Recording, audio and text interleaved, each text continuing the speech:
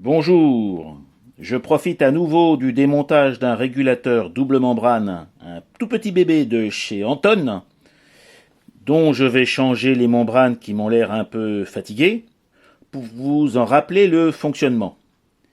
Sur un double membrane, vous avez deux côtés.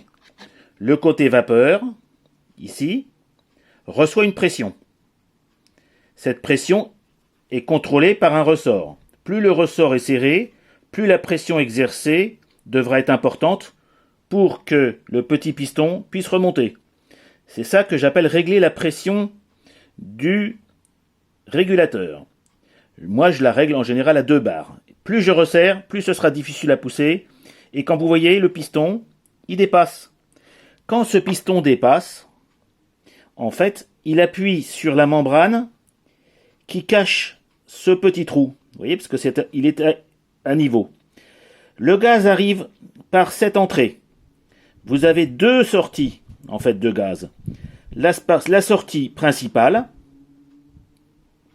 et la sortie secondaire. La sortie secondaire permet, lorsqu'on bouche le trou principal, d'aller jusqu'au petit pointeau, ici, de réglage de la vis de ralenti.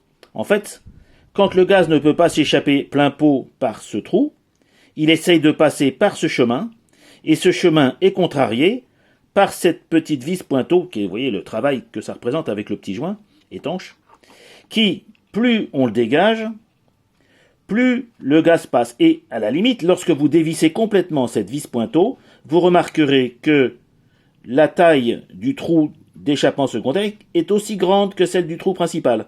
C'est aussi pour ça, parfois, que certains régulateurs ne fonctionnent pas. En fait, ils fonctionnent parfaitement, mais mal réglés.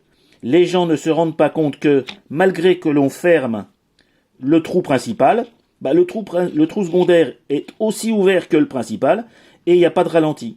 Donc là, ce que je vais faire, je vais changer les deux membranes. Je vais prendre des emporte-pièces et tailler dans du nitrile de 0,5, et je vais régler la vis pointeau pour qu'un minimum de gaz arrive lorsque je serai aux 2 bars. Voilà. Donc vous voyez, c'est très simple, comme ça demande un travail très précis d'ajustement, mais dans le fonctionnement, c'est extrêmement simple. Voilà. Et j'espère qu'avec ça, ma Roca va pouvoir repartir pour quelques années. Au revoir les amis.